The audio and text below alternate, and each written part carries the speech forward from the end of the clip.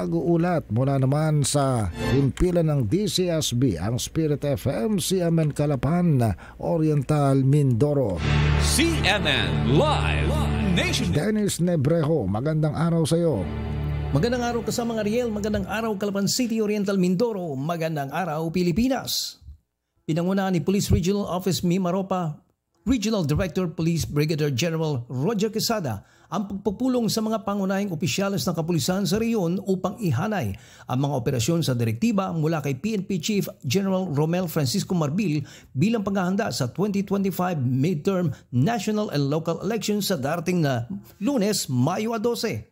Sa nasabing pagpupulong, itinuon ni Quesada ang mga estratehikong pagpapalawak ng mga pulis sa rehiyon para mapalakas pa ang mga stakeholders at maagap na hakbang para mapaparating ang maaring banta at pagkaputol ng katahimikan sa komunidad.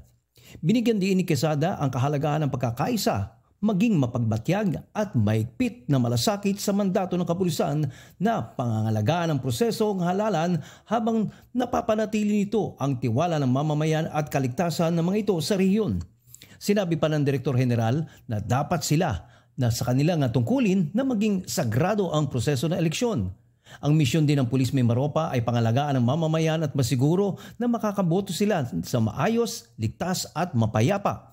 Bilang bahagi rin ng seguridad, pinakalat ng PRO Mimaropa ang 5,000 pulis sa buong rehiyon para sa seguridad ng 1,569 polling precincts.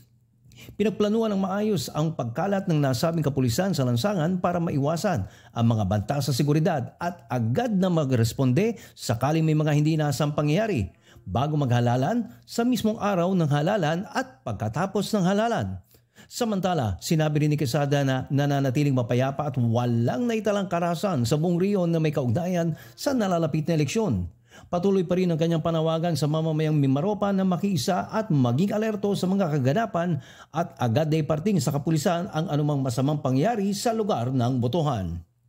At yan kasama nga rin ang balitang aking nakalap sa mga oras na ito. Ako si Dennis Nebrejo ng CMN 104.1 Spirit FM, Calapan City, nagulat na live para pa rin sa CMN Pilipinas. CMN Live Nationwide. Maraming salamat, Dennis Nebrejo mula po sa Spirit FM, CMN Calapan, Oriental, Mindoro.